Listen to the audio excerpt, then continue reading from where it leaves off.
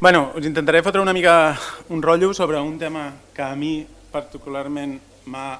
Poso aquí, no, millor? A mi particularment m'ha afectat bastant, sobretot en els últims temps.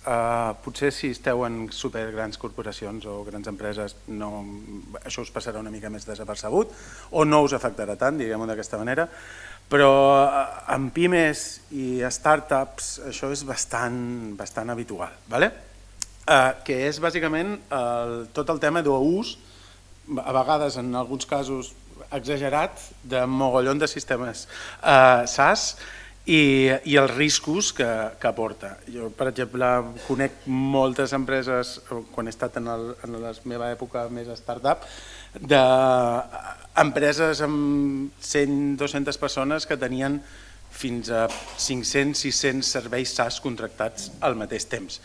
Evidentment és impossible controlar-los, la gent d'IT no té ni idea de la meitat dels que realment tenen, però els en tenen i són riscos. Per què són riscos?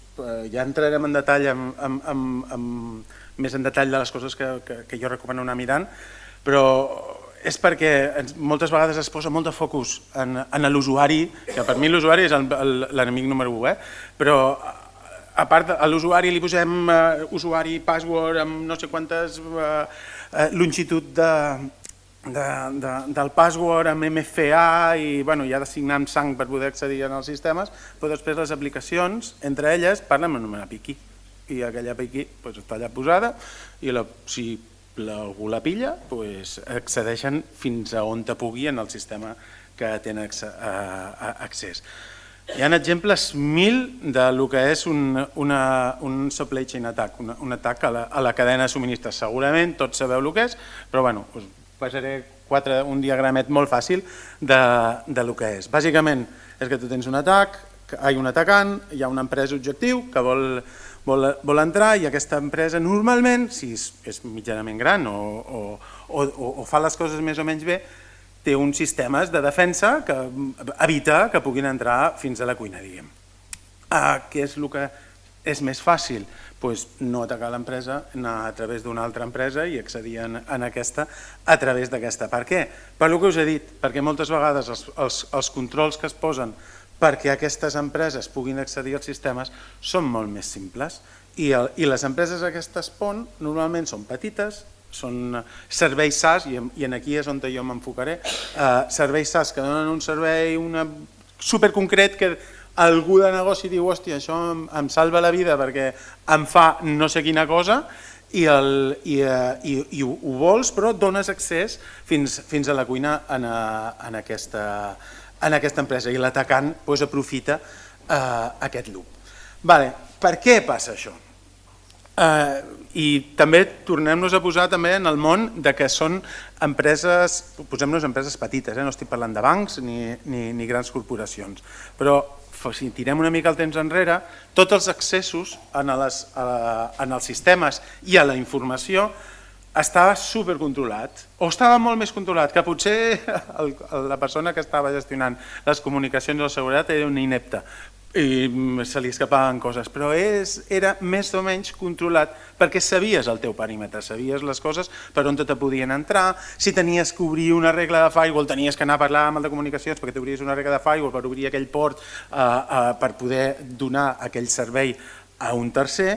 Ara això queda una mica més diluït. En el moment en què comencem a afegir sistemes que tenen accessos a la informació, a totes les dades que per tu poden ser superrelevants, hi donem accés a aquestes terceres empreses que en molts casos són molt petitetes.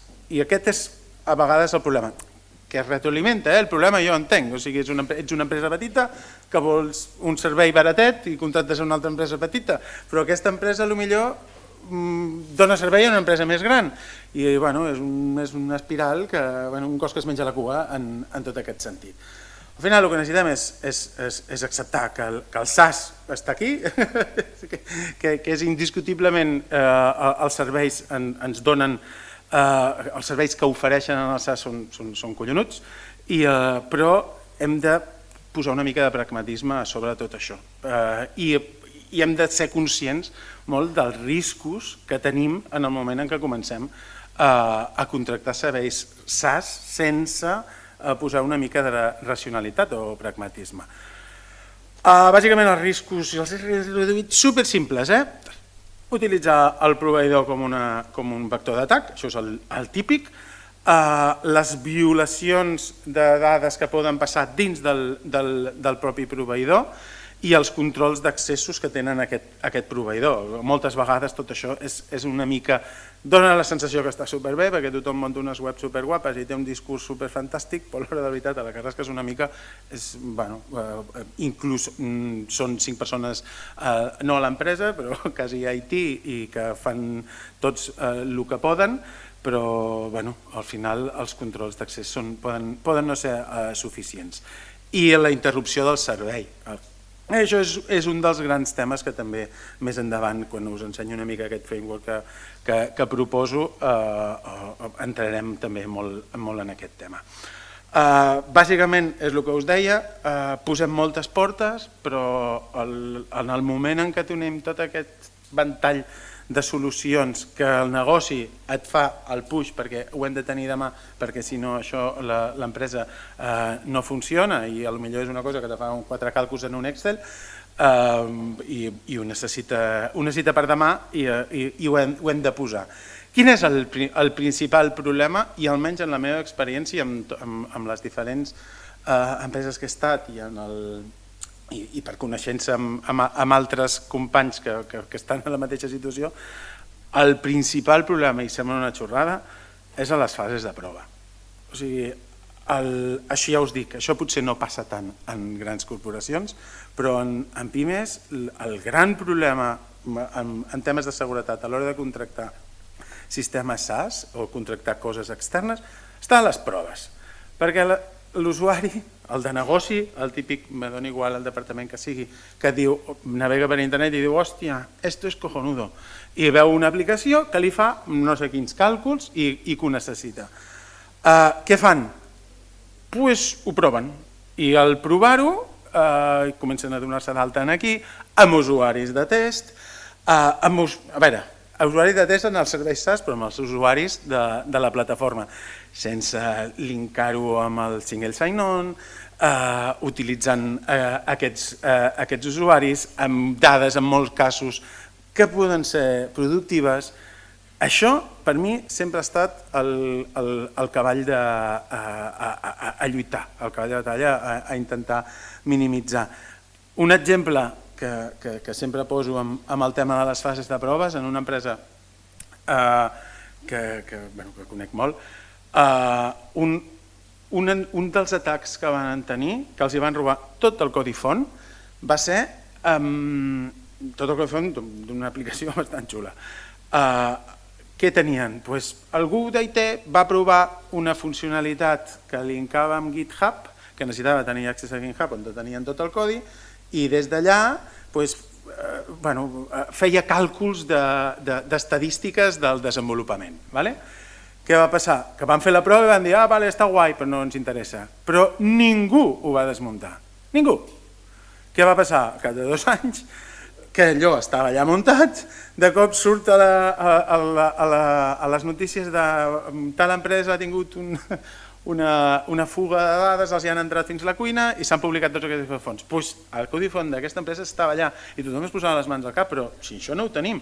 No, sí que ho teniu. Ho vam provar-ho fa 2 anys i allà està i ningú s'havia preocupat mai de revisar què és el que hi ha i eliminar-ho. Doncs això passa constantment.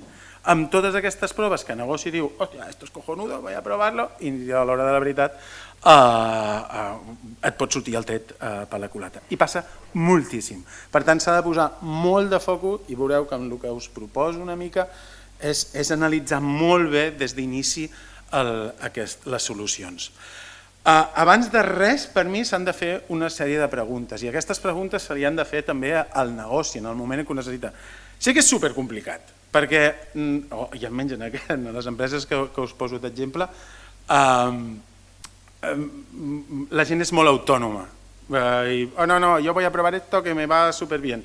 I no dona el ping a IT o a seguretat per analitzar-ho. Però les preguntes al final Jo em poso unes quantes en aquí que són bàsiques. La més important és la segona, tot i que no està primera, però i que això és bàsic, i sembla una xorrada, però és que no ho fa ningú.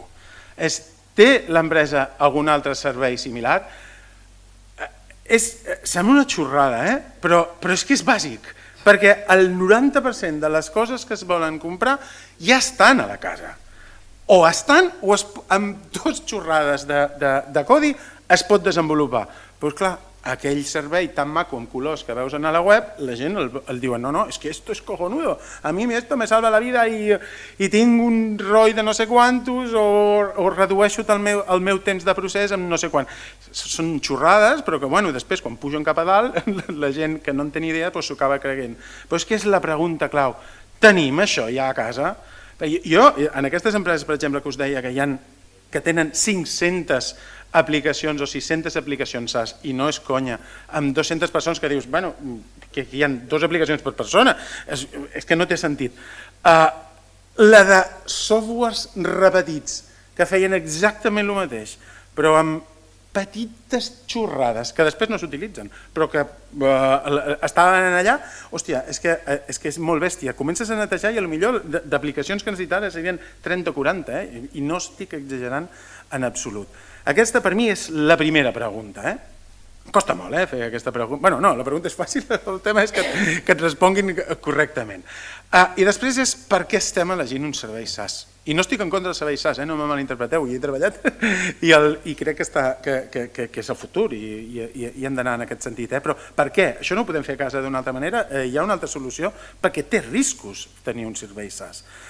Una altra pregunta, i sempre diré, hòstia, aquesta és important, sí, és que totes ho són. El tema del SaaS s'adapta als entorns actuals i futurs? Sembla una xorrada, però no ho és. O sigui, d'aquí 2 anys, aquesta aplicació SaaS a mi em serveix? O realment contracto això i és per ara que em va bé i d'aquí 2 anys el negoci va en una altra direcció i no ho necessito per res, però ja tinc allò allà muntat? Les opcions de sortida són bàsiques per saber com surts d'allà i ja veieu que no estic entrant en dades, ja hi entrarem una mica més endavant. I veure si és un proveïdor crític, si tenim respaldo, si realment quan hi hagi un problema em donaran una solució. Els procediments de suport, que sembla una tonteria també, però és bàsic, si no hi ha uns procediments de suport per a l'empresa. I esclar, si són 5, no tindrà procediments de suport. O sigui, siguem realistes. SLAs també és bàsic pels contractes, però el que és superclave, almenys des del meu punt de vista, és la maduresa enfront de la funcionalitat. Ningú s'ho planteja, i almenys jo en la meva experiència a la gent li dona igual.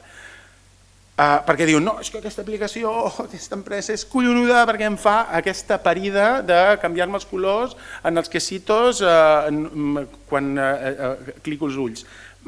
Sí, potser és superguai, però realment l'empresa que hi ha darrere que li donaràs accés a la teva informació perquè te pinti aquests quesitos tan xulos és madura? O aquesta funcionalitat jo me la puc muntar a casa d'una altra manera i ja veurem si això és tan necessari, si ho puc muntar-ho d'una altra manera en un futur quan aquest servei estigui madur. Que ja sé que és tirar pedres a les pimes, jo ho entenc, però hem de ser realistes. O sigui, al final hi ha una cadena i en el final d'aquesta cadena, per molt gran o petita que sigui l'empresa, hi ha informació superconfidencial o pot haver informació confidencial que hem de protegir. I la maduresa de qui li estem donant l'accés a aquesta informació és clave. És com que no li donaràs a un nen de 7 anys un ganivet perquè jugui. Per mi és exactament el mateix. I ara ja entrem una miqueta en el tema d'aquest framework, entre cometes, que proposo per analitzar tot això. Jo el que proposo, bàsicament, la idea és utilitzar només 2 dimensions per fer l'anàlisi. I també m'estic extraient molt i ho estic simplificant també en aquest marc d'empreses mitjanes xiquitines. El que és clave és agafar les 2 dimensions més importants a l'hora de decidir què és el que volem fer, que per mi són la confidencialitat de les dades i la disponibilitat de les dades. que ho podem entendre en tractament de dades, quin tipus de tractament de dades farà i com gestionarà la confidencialitat, i la dependència amb el negoci, que al final és la disponibilitat. Si jo tinc un servei que és la gestió, el tractament de dades que em faran aquí és supercrític, és molt important a nivell de continuïtat, doncs m'han de donar un servei en aquest sentit. I per això al final ho simplifico només amb aquestes dues dimensions. Sé que la seguretat té N.000 dimensions, però anem a fer-ho una mica pragmàtic i simple i acotar-ho en aquestes dues. He posat aquests nivells, és per posar, veurem més endavant que hi ha una taula, però al final he posat 4x4 els nivells de confidencialitat. Tenim el nivell 0, que seria el més alt de tot, superrestringida la informació, una informació confidencial, interna i pública. Com veieu, cada vegada va baixant una mica la criticitat d'aquesta informació. Restringida és supercrítica, confidencial és la típica interna de negoci, com podrien ser el que es parli a dins del comitè o similar, interna polítiques internes de l'empresa, etc. i pública el que hi ha a la web. I al nivell de disponibilitat també he posat les quatre possibles categories, és a dir, sense dependència, no és relevant per res per als serveis que dona l'empresa. Una dependència baixa és que té un impacte petitet en el cas que aquest servei caigui. Una dependència mitja ja comença a ser més important, i una gran dependència és quan realment aquesta empresa te gestiona una part del negoci supercrítica, que si que cau tindràs pèrdues considerables. Què hem de fer? Ja tenim aquestes dues dimensions, tenim els 4 nivells per cada una de les dimensions, i al final poso aquí aquestes 6 boletes d'analitzar el que hem d'analitzar què és el que hem d'analitzar dins de cada un dels proveïdors.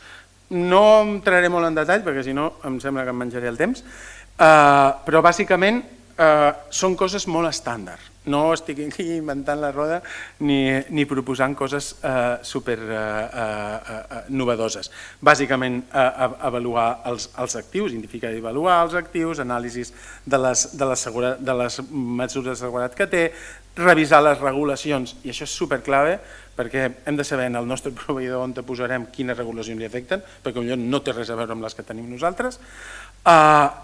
Garantia que podrem fer auditories, el contracte és clave i la part del pla de continuïtat. Dic que el contracte és clave perquè en molts casos no te'n dones compte que ja has acceptat terms and conditions sense estar-ne conscient, perquè són els terms and conditions d'aquella prova inicial que us comentava al principi, que ok, ja tengo el servicio.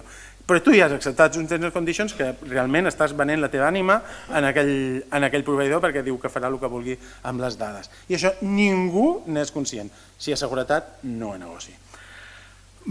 I dit això, després ara entrarem en detall en els diferents punts en què crec que és important tenir els controls i que muntarem aquesta taula que ara entrarem. Bàsicament, entrarem en els controls que proposo per a cost de servei, que s'han de muntar, operació de la seguretat, és a dir, com gestiona la seguretat aquesta empresa, com gestiona els incidents, que el 90% no gestionen incidents, gestió de les dades, com desenvolupa aquesta gent, quin tipus de gestió de claus per encriptar, si és necessari, les dades en el sistema es fa, la resiliència, que és el que dèiem, seguretat física l'he posat, però al final en els servidors és un xec, perquè com que tothom està a Amazon i te diuen esto me lo lleva l'altre, és un mer pas. Compliment i controls complementaris. Ara entrarem en detall una miqueta amb això i irem una mica per sobre per cada una de les diferents controls que he posat. Cada una d'aquestes sigles que veieu aquí és un control que proposo a dins d'aquest framework i la idea és utilitzar la taula per saber, depenent de la classificació de la informació que tu hagis dit que aquest proveïdor té que gestionar, i depenent de la dependència que té el negoci amb aquest procés de la informació, quins controls mínims s'han d'aplicar. Com veieu, a la part més restrictiva i alta no hi ha controls, però és que s'acumulen. La idea és que si tu vols anar a baix a la dreta de tot, has de tenir tots els altres controls. D'esquerra a dreta d'esquerra a dreta i de dalt a baix es van acumulant els controls. És a dir, en la casella de baix de tot els tens tots, hauries de tenir-ho tot, perquè és informació super restrictiva que a més té una dependència super alta amb el negoci. D'acord? Irem una mica rapidet per cada un d'ells, però teniu aquí els controls que proposo.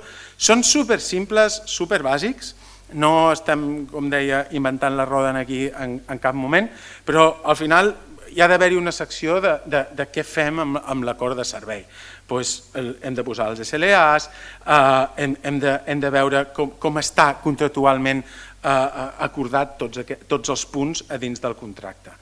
Operacions de seguretat és potser un dels que té més controls, super simple, el proveïdor ha de tenir una administració formal de vulnerabilitats, t'ho han de poder demostrar, ha de tenir controls per detectar els diferents amenaces que pugui tenir, virus, etc. Ha de tenir alguna cosa que te pugui demostrar que està fent tot això, ha de tenir uns logs i uns registres d'events, els sistemes s'actualitzen. Com veieu, són coses estàndards, però que el que us deia, després els anem a buscar a la taula i veurem una mica per cada un dels diferents controls quin tipus d'informació li aplicaria o no. Com us dic, és per simplificar tot una mica les tasques en empreses que són una mica més petites, que no tenen tota aquesta infraestructura, logística, diguéssim, de departaments que ja s'encarreguen dins de compres d'analitzar i qüestionaris de seguretat per aquí, qüestionaris de seguretat per allà i anàlisis i que tenen molta gent per poder fer totes aquestes tasques. I això, la idea és poder-ho aportar en petites empreses perquè amb la taula puguin ràpidament decidir quins controls hi haurien d'aplicar. Gestió d'incidències, supersimple, l'empresa ens hem d'assegurar que té una gestió d'incidències, tot evidentment ha de ser demostrable, que té uns procediments de seguretat per resoldre totes les incidències que es poden ocórrer mentre tens el servei en ells, tota una gestió, després tenim la part de gestió de dades, que l'empresa ha de saber, que això a vegades sembla una tonteria però no ho és, ha de saber on realment tens les dades en tot moment, que moltes vegades les empreses no els hi és tan fàcil perquè potser tenen subcontractades altres empreses que li fan altres coses i no saps ben bé on t'acaba tota aquesta informació. Els països d'origen, això ja tots ho sabeu, és clave, però és important que ho tinguem clar, que si hem de tenir, si ens afecta GDPR, hem de tenir els controls necessaris per complir amb la norma i al final, també dintre d'aquest de la gestió de les dades, és com es borren les dades. Ja us dic jo que el 90% de les empreses que fan tots aquests serveis SaaS, tota aquesta part de la borrat de dades és molt, molt, molt obscur, almenys per la meva experiència, havent llegit molts terms and conditions relacionats. Un altre punt que us deia, el desenvolupament de software i la gestió del canvi. Hi ha d'haver-hi algunes evidències que segueixen WASP o similar, que el proveïdor s'ha d'assegurar que tingui notificacions dels canvis, que això és molt complicat, quasi cap ho fa, el poder-te informar que he fet un canvi, molt poques empreses t'acabes informant perquè estan fent canvis contínuament i no te poden avisar que hi ha un canvi perquè t'estarien avisant cada dia, però d'alguna manera canvis significatius dins diguéssim, que pot afectar dins el contracte o controls dins del contracte t'haurien de poder informar. La gestió d'identitats, aquest és superclave també, perquè hi ha bastant de caos amb tot el tema de gestió d'identitats i ara vale que tothom es pot connectar amb Samele o fent un single sign-on amb Google o inclús amb el teu gestió d'identitats, però hi hem de posar-hi una mica de control, perquè al final el que ens acaba passant, i això també ja és intern de cada una de les empreses, és que tens molt, la gent es dona d'alta i té el linkat amb el seu Active Directory, però la veritat la meitat dels usuaris s'han donat d'alta ells directament o algú ha donat d'alta en l'aplicació i sense single sign-on poden seguir entrant. Què passa? Que quan aquella persona se'n va de l'empresa segueix tenint accés als serveis SaaS que s'havia contractat perquè no s'ha donat de baixa l'usuari perquè s'hauria d'anar manual. Això és bastant important també de controlar.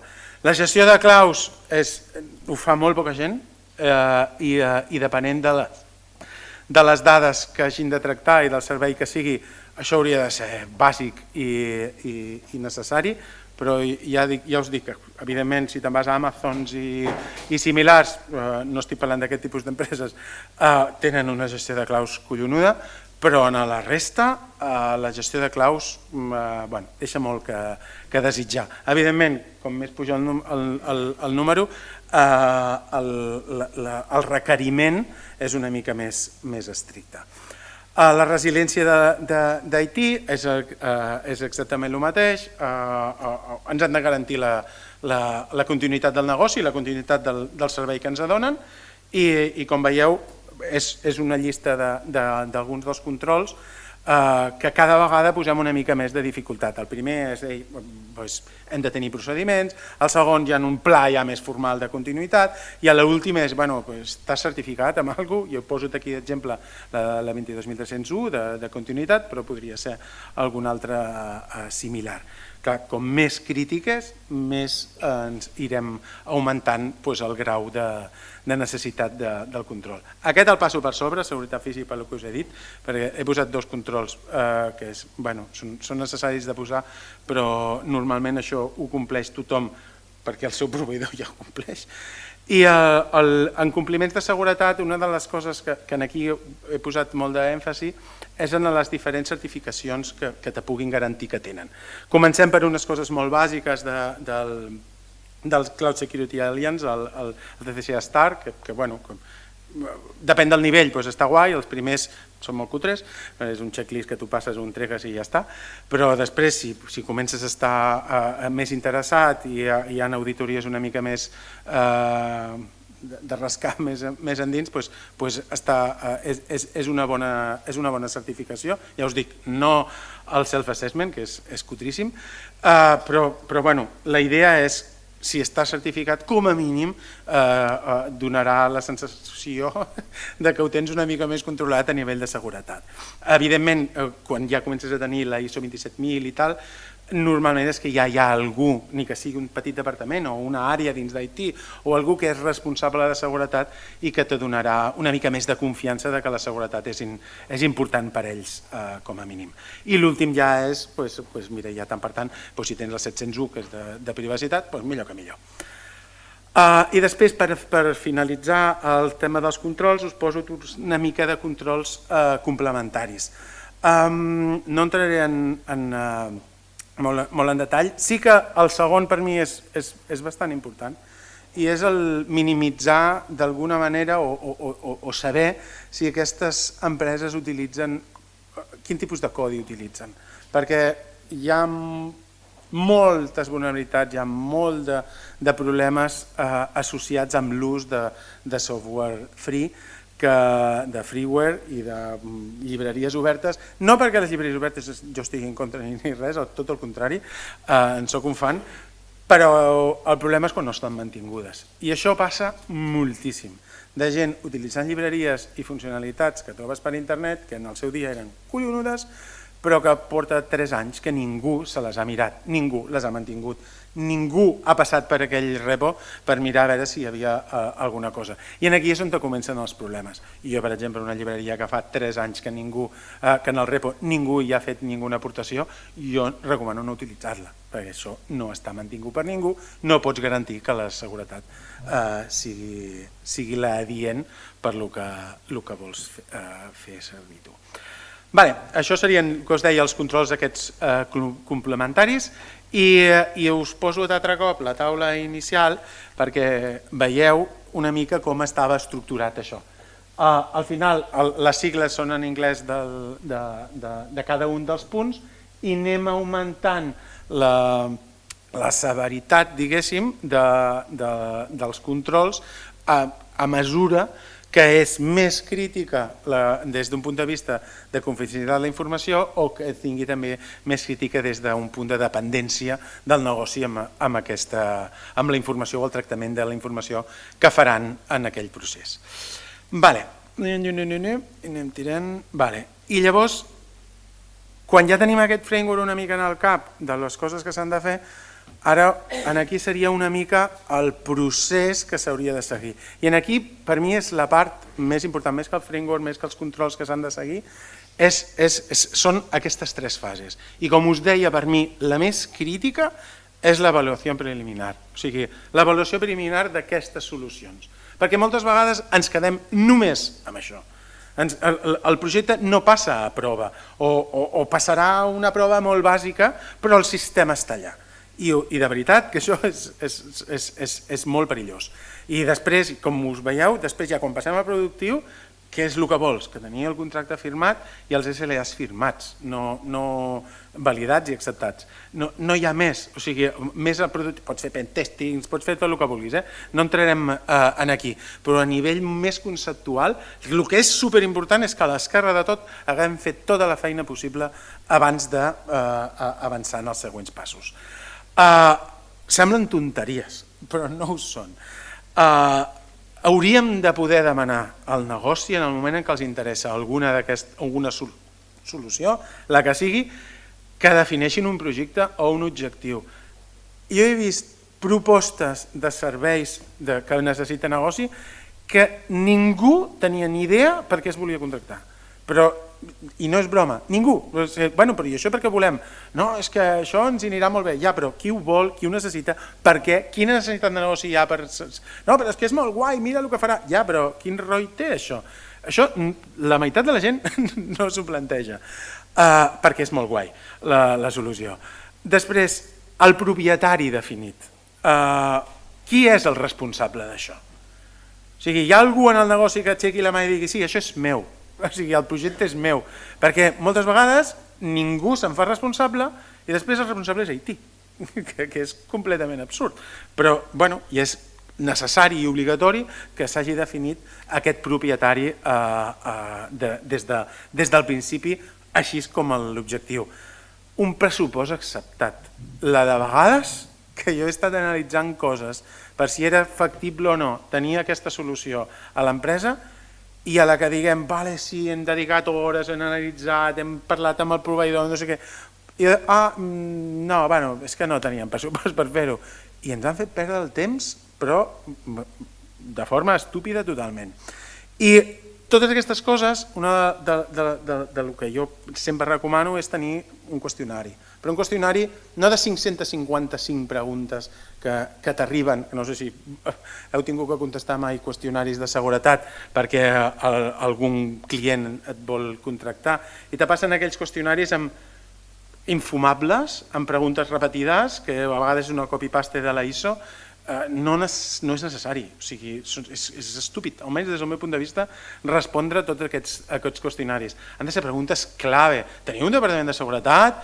Teniu un budget de seguretat? Es pot reduir amb 15-20 preguntes i realment ho pots arribar a tenir tot. No cal preguntar totes i cada un dels controls de la ISO si estàs complint. De fet, estàs certificat en la ISO? Sí, doncs ja no te faré les preguntes de la ISO, perquè si estàs certificat sé que tot això serà un sí. Bueno, són xorrades, però jo sé que hi ha empreses que es dediquen a fer això i et venen uns superqüestionaris que realment l'únic que fas és tocar les pilotes en el que l'ha de contestar. I si tens 500 clients, potser sí, però si en tens centenars de milers, comença a ser un problema. A l'avaluació preliminar, quan ja hem fet tot això, què passem? A un NDA.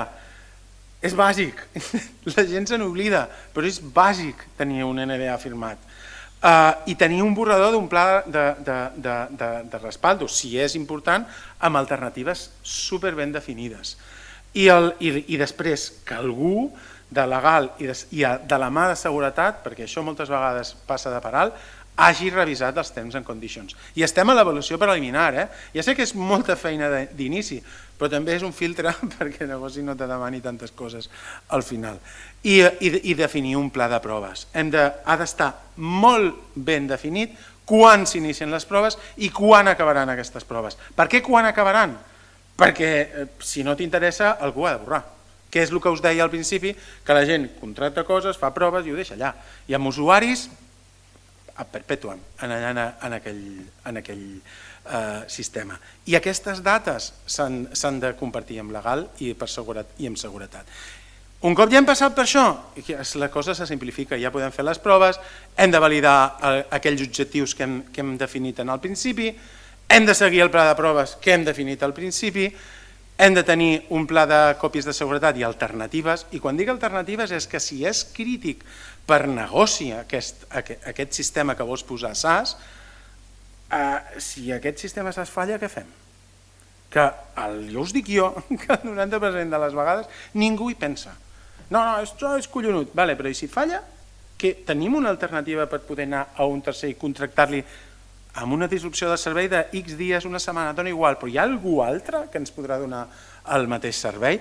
Això ningú hi pensa i és bastant important. I amb aquestes empreses que us dic, que en tenen 500, ja t'asseguro jo que no ho tenien en cap d'això.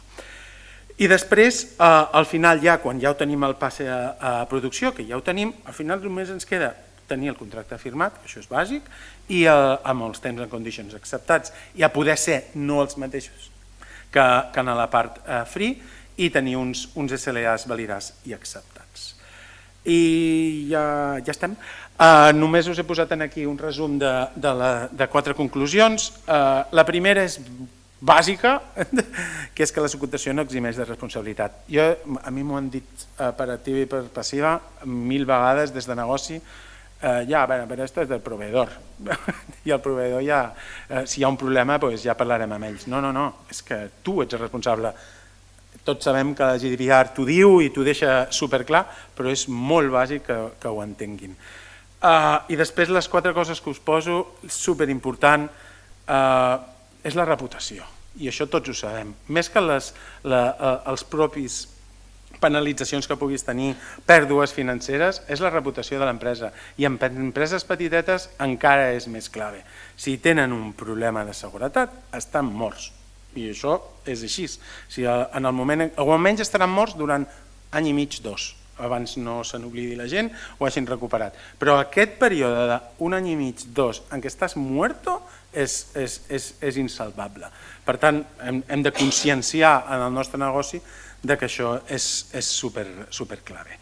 I ja està, a part de donar l'avaluació inicial adequada basada en el risc i tenir un procés periòdic de revisió de tots els controls, fins aquí una mica el que us volia exposar. I ja està.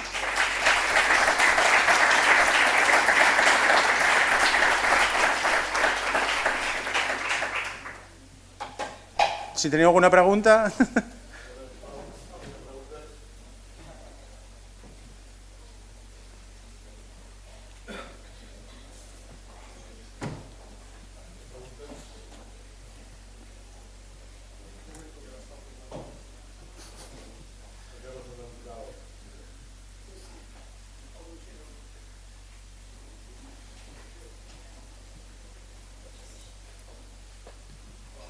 Hola.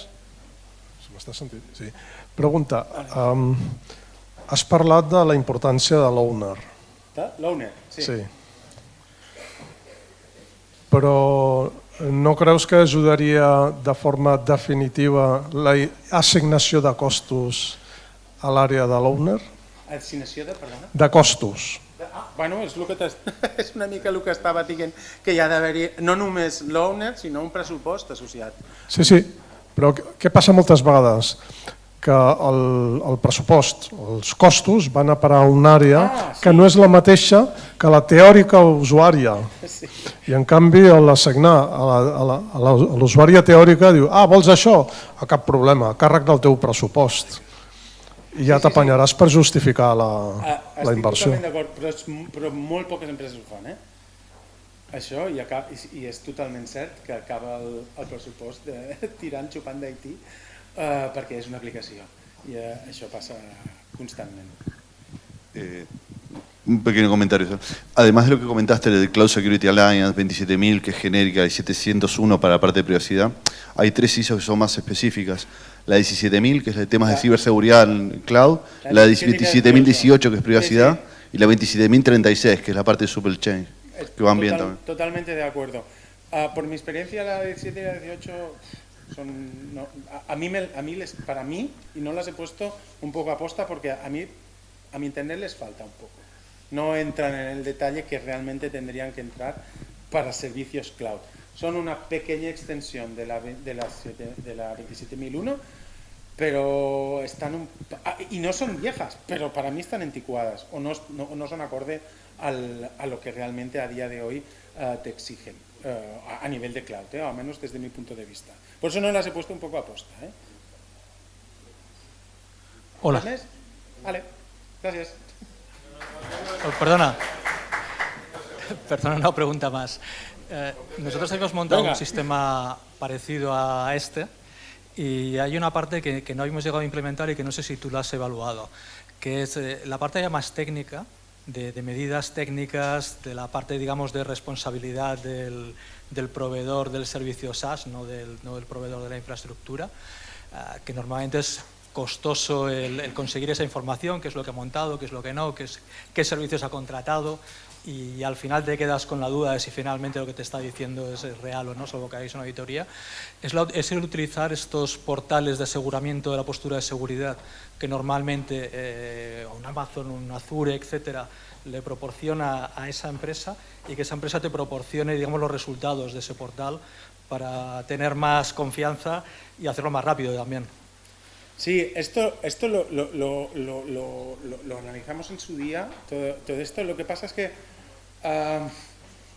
yo no me acabo de fiar de estos informes que te genera Amazon, porque están muy enfocados a alguna cosa a PCI, a NIST, pero los controles, al menos desde mi punto de vista, no son lo suficientemente internos dentro de los sistemas para darte estas garantías. Al menos es mi experiencia. Otro tema es que te permitan auditar o que tengan auditorías externas, que si te entregan esa auditoría mucho más deep dive dentro del sistema, tiene sentido. Cuando nos basamos solo en las auditorías por defecto que te vienen en Security Hub o similar dentro de Amazon, están muy bien tenerlas, es algo que sirve para las empresas a nivel interno, pero para mí no es para vender fuera porque no son suficientemente detallistas en lo que realmente se necesita, menos desde mi experiencia. Gracias. Vale, gracias.